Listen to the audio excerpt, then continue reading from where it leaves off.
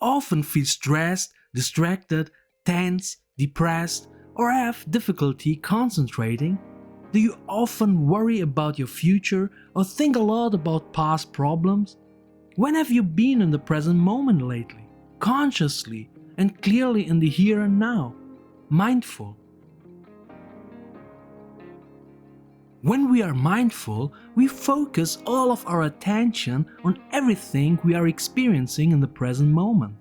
Thoughts, feelings, and sensations with all our senses, without evaluating, interpreting, analyzing, or following them. It is about an open, curious, unprejudiced, and accepting attitude towards our mental and physical perceptions. Mindfulness, then, is a surrender to the present moment, being fully in the moment at hand. Jon Kabat-Zinn defines it this way: mindfulness is awareness that arises through paying attention on purpose in the present moment, non-judgmentally. We are present and notice everything.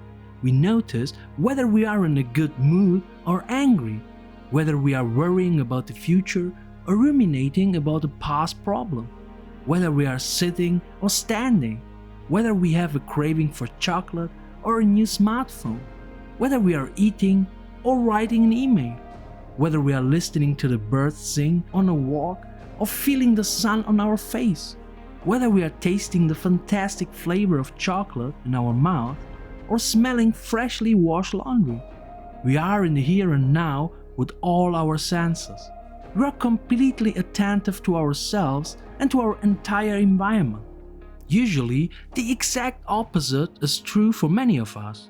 Every one of us who has ever driven a car, for example, from home to work, has experienced this. We get in the car and all of a sudden we arrive at our destination, almost like magic. It means that we were completely unmindful and lost in our thoughts without realizing it, and switch to autopilot mode. In such cases, we rely on our automatisms, where our habits and thought patterns play out automatically. In such moments, our thinking mind usually dwells on the future or the past. Here, we may worry about our future or rack our brains over past events. We are barely present in the current moment. This causes us to not really notice significant processes on our body's sensations, feelings, or our mind that may be causing suffering within us. Strong inattention can cause much suffering in the form of fears, insecurity, anger, etc. within us. If you want to know whether you are currently a rather mindful or rather unmindful person, you can consider the following examples of everyday life, whether you experience these moments mindfully or rather unmindfully, which means that they simply happen automatically. Getting up in the morning, brushing your teeth, taking a shower, drinking coffee, driving to work, cooking, eating. Here the classic is watching TV while eating, going for a walk, doing sports, talking to someone. Do you really listen attentively to the person you are talking to? Or do you already think of an answer, or do you interrupt the conversation to talk about yourself? Well, are you currently living more mindful or unmindful? If we are not mindful most of the day, then we are living in an unconscious routine mode where we are caught up in all patterns of thought and action. It's a bit like a robotic life, and we are not in touch with ourselves. It is more like a dream state than the state of true wakefulness. To wake up from this sleep of unconsciousness and automatisms, mindfulness can help us. We can practice mindfulness in everyday activities such as eating, brushing our teeth, washing dishes, etc. Or we can engage in a formal mindfulness practice. These include meditation on the breath, body scan exercises, or mindful body exercises. In such formal exercises, one consciously takes time to focus on something such as the breath or a set period of time, say 10 minutes.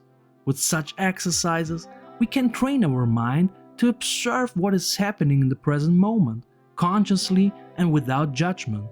Jon Kabat-Zinn says, meditation helps us to wake up from this sleep of automatisms and unconsciousness, thereby opening up the possibility of accessing the full spectrum of our conscious and unconscious potential in our lives.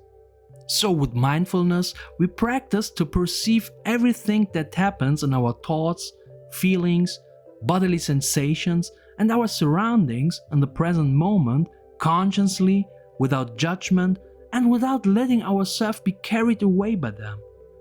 This creates a certain distance and space, and over time we can better recognize habitual inattention, unreflected behavior patterns, dislikes, prejudices, opinions, or false expectations, and gradually free ourselves from them. Mindfulness and mindfulness exercises originated in Buddhism and are a central building block of Buddhist psychology. The Buddha defined the following 4 foundations of mindfulness in his teachings. First, mindfulness of the body. Second, mindfulness of feelings and sensations. Third, mindfulness of the mind. And fourth, mindfulness of the objects of the mind, meaning all external and internal objects, things perceived in the moment. In the 70s, American molecular biologist Jon Kabat-Zinn developed an 8-week mindfulness program initially for patients with chronic pain, now commonly known as MBSR or mindfulness-based stress reduction. This was subsequently studied scientifically many times. Here, Zinn took mindfulness techniques from Buddhist teachings as well as simple yoga exercises in his 8-week program.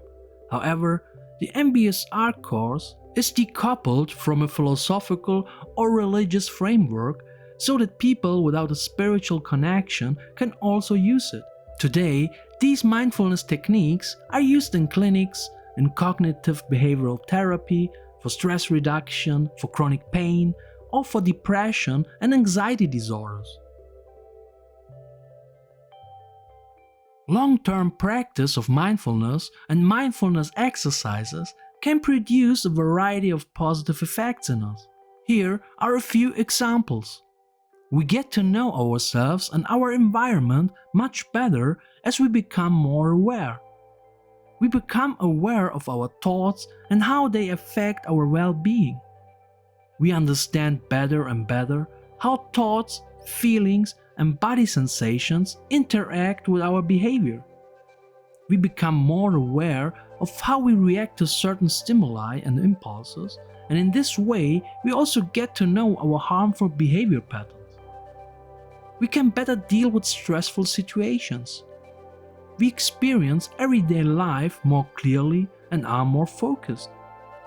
We judge ourselves and others much less. We learn to accept things for the meantime. Our ability to concentrate improves. We learn to recognize the warning signals of the body better. Our inner calmness increases. We react to certain situations more thoughtfully and not just out of affect. We worry less and develop more positive thoughts.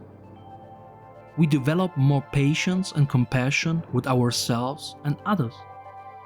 We feel more relaxed and happy, and our quality of life increases. Thich Nhat Hanh said, "When mindfulness touches something beautiful, it reveals its beauty.